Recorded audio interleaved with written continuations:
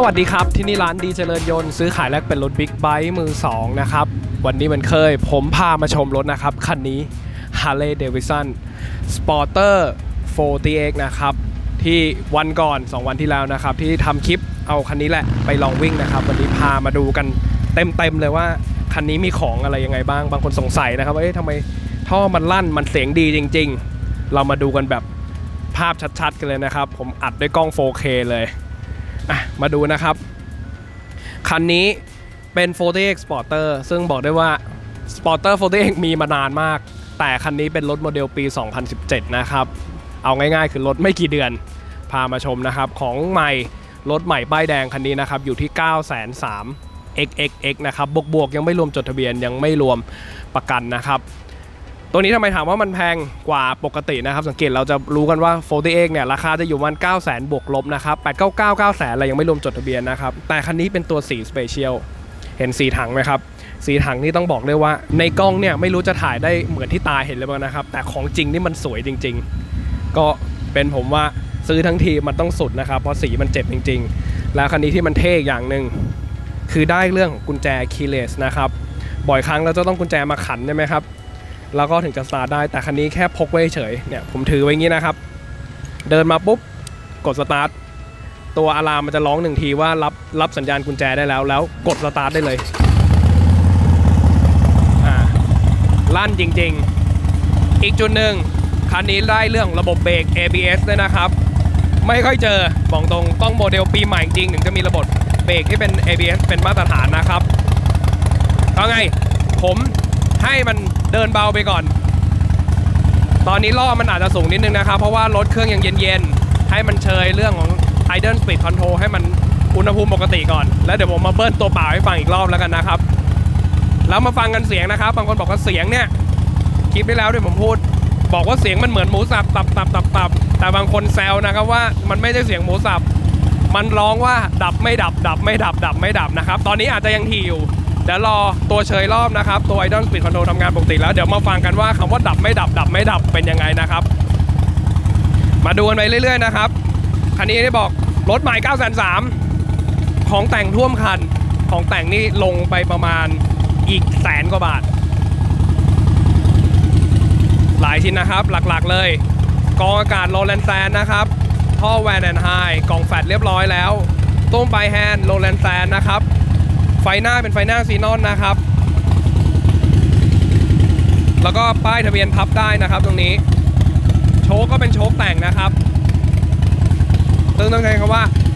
แต่งหลายอย่างแล้วก็มีตัวห้อยสายชาร์จแบตนะครับตรงตำแหน่งนี้ฝาน้ำมันแต่ง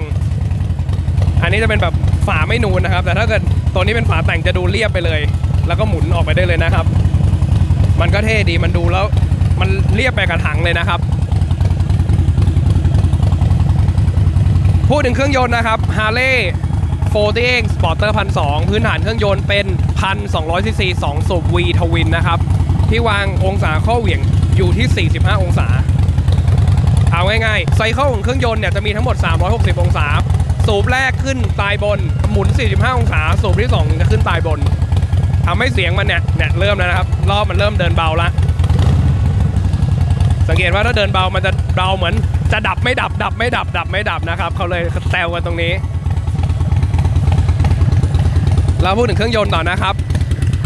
ความพิเศษของเครื่องยนต์นอกจากดีไซน์ที่ผมว่ามองว่าดูแล้วมันคลาสสิกเก็บรายละเอียดดีจริงๆถ้าดูที่ตัวเครื่องยนต์นะครับเสื้อสูบมีการยิงทรายสีดำแข้งซ้ายขวานะครับยิงทรายสีดำถือว่าสวยเลยงานรายละเอียดดีนะครับมีเขียนรายละเอียดตรงนี้ว่า 1,200 นะครับเป็น 1,200 ซีซีแต่ทุกคนจะทราบดี Harley จะขับวาล์วหรือเปิดปิดวาล์วระบบไม่เหมือนชาวบ้านเขานะครับเป็นระบบก้านกระทุ้งโดยเครื่องบนส่วนใหญ่เนี่ยจะมีแคมชาร์ปอยู่ข้างบนนะครับเพาลูกเบี้ยวจะเป็นซิงเกิลแคมชาร์ปหรือเป็นดับเบิลแคมชาร์ปก็ว่ากันไปนะครับแต่คันนี้ไม่มีอะไรแคมชาร์ปของ Harley จะอยู่บริเวณนี้และยิงก้านกระทุ้งนะครับเขาถึงเรียกว่าวาล์วแบบก้านกระทุ้งนะครับ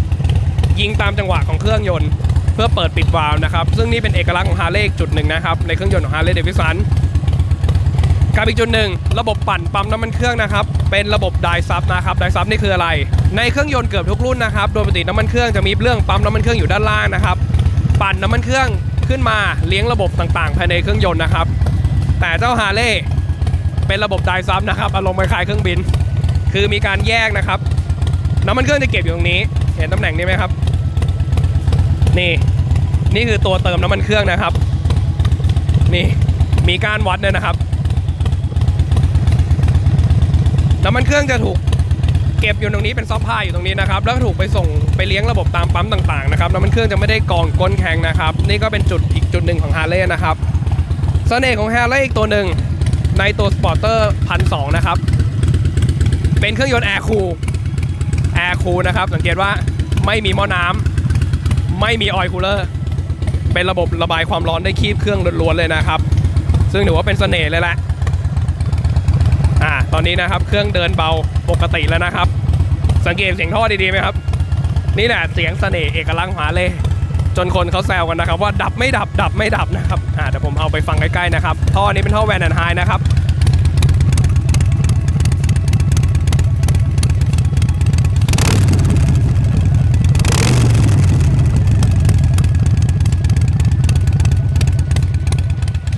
มันดับไม่ดับหรือตับจริงๆเรื่องกุญแจนะครับหลายคนคงสงสัยว่าเอ๊ะ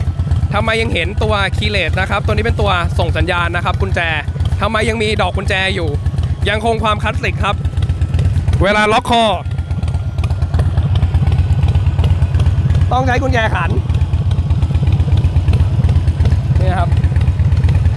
นี่คือการล็อกคอนะครับล็อกคอยังคงต้องใช้กุญแจนี้อยู่แต่ถามว่าทั้งนี้ทั้งนั้นถ้าเราไม่ล็อกคอนะครับมีแค่กุญแจตัวนี้พกไว้ในกระเป๋าเดียวแล้วสตาร์ทเปิดที่ตัวรถได้เลยนี่ก็ปิดนะครับกดปุ่มเดียวแล้วเดินจากไปได้เลยตอนนี้ไฟหน้ายังติดอยู่นะครับเนี่ยอันนี้คือปิดเรียบร้อยแล้วจะมีอะลามร้องเนี่ยแปลว่าเรียบร้อยละ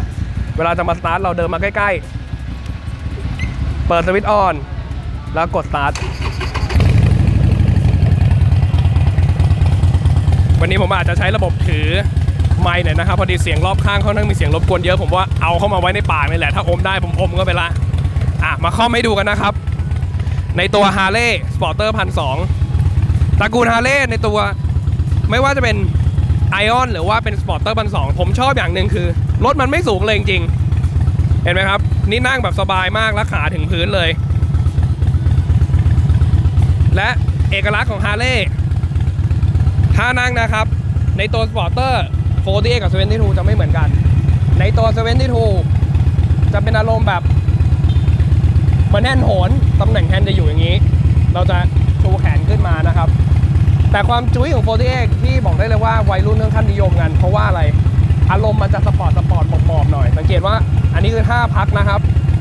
ท่าขับขี่จะเป็นอารมณ์แบบขาเหยียดไปข้างหน้าซ้ายคุยเซอร์นะครับขาเหยียดไปข้างหน้าซ้ายขวาแล้วพอเราอยู่ท่านี้ปุ๊บเราจะอยู่ในท่านี้พอดีซึ่งท่าขี่นี่แหละยังไม่ทันขี่นะเขารู้สึกถึงความเก๋าความจุยเลยนะครับกับเสียงที่มันเล้าอารมณ์เล้าใจจริงๆแล้วรถไม่สูงเลยนะครับหลายคนถามว่าร้อนไหมขาโดนนี่ร้อนไหมตอนนี้อุณหภูมินะครับผมใส่กางเกงยีนรู้สึกถึงไออุ่นๆนะครับแต่ถามว่าแนบเลย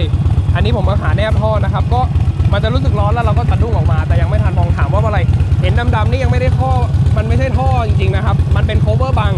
ข้างในเราจะเห็นท่ออยู่ข้างในอีกซึ่ง cover สีดำเนี่ยของยี่ห้อแวนแอนด์ไฮนี่เป็นท่อแต่งนะครับเป็น cover กันเรื่องร้อนแต่ก็ไม่ใช่ว่ามันจะเย็นเจี๊ยบนะครับโดนพอเราขาไปเผลอแตะมันจะอุ่นๆเลยแล้วก็เราก็จะสะดุ้งเอาขาออกมาแต่ในท่าขับขี่มันจะหลบพอดีนะครับสังเกตว่าเราจะไม่โดนเลยตำแหน่งเข่าเราจะอยู่ที่กองอากาศพอดี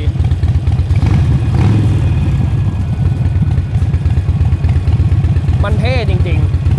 ๆฮาร์เลย์ตัวหนึ่งนะครับจุดเอกลักษณ์ของฮาร์เลย์จุดหนึ่งคือขับเคลื่อนด้วยระบบสายพานนะครับสังเกตว่า Final Drive นะครับจะเป็นระบบสายพานจะได้เรื่องของความนุ่มเงียบนะครับแล้วก็จะได้เรื่องของตัวเมนเทนแนนซ์ที่ไม่บ่อยเท่าโซ่ครับซึ่งถือว่าเป็นเอกลักษณ์นะครับมีไม่กี่รุ่นส่วนใหญ่เราจะเห็นรถส่วนใหญ่จะเป็นระบบโซ่นะครับบางรุ่นเป็นเพลาครับแต่ส่วนนี้เป็นสายพานนะครับเป็นเอกลักษณ์ที่ไม่ซ้ำใครมาดูที่หน้าปัดเรือนไม้นะครับหน้าปัดเรือนไงบอกได้ว่าไม่มีอะไรเลยมีแค่บอกเรื่องความเร็วนะครับณตัวนี้เป็นรถไทยนะครับสังเกตว่าจะเป็นกิโลเปอร์อาวหลายคันที่เราเห็นเป็นรถเมืองนอกนำเข้าเนี่ยจะเป็นไมล์เปอร์อาวนะครับนี่ก็เป็นกิโลเปอร์อาวไมล์สูงสุดอยู่ที่ได้ที่220 กิโลเมตรต่อชั่วโมงนะครับด้านล่างนี่จะเป็นเรื่องของ จับกิโลทั้งหมดนะครับตอนนี้รถคันนี้วิ่งไป 2,600 กว่ากิโลนะครับส่วนด้านล่างก็จะเป็นเรื่องของตัวไฟเกียร์ว่างนะครับไฟสูงอยู่ด้านข้างนะครับแล้วก็ไฟเลี้ยวเนี่ยจะเป็นปุ่มแยกซ้ายขวานะครับจะไม่เหมือนในตัวมอเตอร์ไซค์ทั่วไปที่อยู่ประกับเดียวนะครับในสังเกตว่าเนี่ยอันนี้ก็คือไฟเลี้ยวฝั่งซ้ายส่วนอันนี้นะครับก็จะเป็นไฟเลี้ยวฝั่งขวาซึ่งแยกกันไปนะครับไฟตรงนี้เป็น ABS นะครับตัวนี้ก็คือรถยังไม่เดินหน้ามันก็เลยยังค้างอยู่แต่พอออกตัวก็จะดับปกตินะครับอันนี้คือเป็นสัญลักษณ์ของรถ ABS นะครับปกติมาดูที่ประกับแฮนด์นะครับอันนี้เป็นสวิตช์เปิดปิดนะครับที่ผมบอกอันนี้เราปิดใช่ไหมครับแล้วเราจะสตาร์ทอันนี้กดคือออนแล้วก็กดสตาร์ทส่วนอันนี้ก็คือเป็นไฟฉุกเฉินนะครับปุ่มนี้จะเป็นเหมือนประมาณกดปุ่มดูเรื่องหน้าปัดหน้านะครับพอเรากดไปเรื่อยๆเนี่ยจะมีเรื่องทิป A ทิป B ขึ้นมานะครับนาฬิกาอันนี้เกียร์ RPM มีบอกวัดรอบแล้วดูตรงนี้นี่เองวัดรอบตอนนี้อยู่ประมาณ900,000นะครับเกียร์ทั้งระยะไมล์ทั้งหมดนะครับทิป A ทิป B นาฬิกานะครับอันนี้ก็คือเกียร์ RPM นะครับวัดรอบอันนี้ก็เป็นไฟสูงนะครับอันนี้แบบเปิดค้างแต่ถ้าเกิดเราแบบชั่วคราวก็กดแท็กตรงนี้ได้เท่านี้ที่ฮาร์เลย์มีให้ควบคุมนะครับนอกนั้นก็ไม่มีอะไรนะครับสำหรับท่านใดนะครับที่หารถบิ๊กไบค์มือ2นะครับสามารถมาดูที่ร้านดีเจริญยนต์ได้นะครับร้านดีเจริญยนต์เราตั้งถนนกาญจนาพิเศษวงแหวนตะวันออกบางแคกรุงเทพนะครับสามารถดูราคารายละเอียดรถแต่ละคันได้ที่หน้าเว็บไซต์ www.dbigbike.com นะครับหากจำเว็บไซต์ไม่ได้เข้า Google ค้นหาคำว่า Big Bike คุณจะเจอเว็บไซต์ร้านดีเจริญยนต์อยู่ที่หน้าแรกของ Google นะครับโอเคไงถูกใจคลิปนี้อย่าลืมกดไลค์กันด้วยถ้าไม่ชอบก็กดดิสไลค์ก็ได้นะครับอันนี้แล้วแต่ชอบแต่อยากให้กดนะครับเพราะว่ากดไม่กดหรือว่าเป็นมีส่วนร่วมในคลิปละกันแล้วก็ฝากติดตามฝาก Subscribe กันด้วยนะครับยังไงวันนี้ผมขออนุญาตเท่านี้ก่อนวันหน้ามีเรื่องราวดีๆผมมาอัปเดตเรื่อยๆเหมือนเคยนะครับไงวันนี้เท่านี้ก่อนขอบคุณมากครับสวัสดีครับ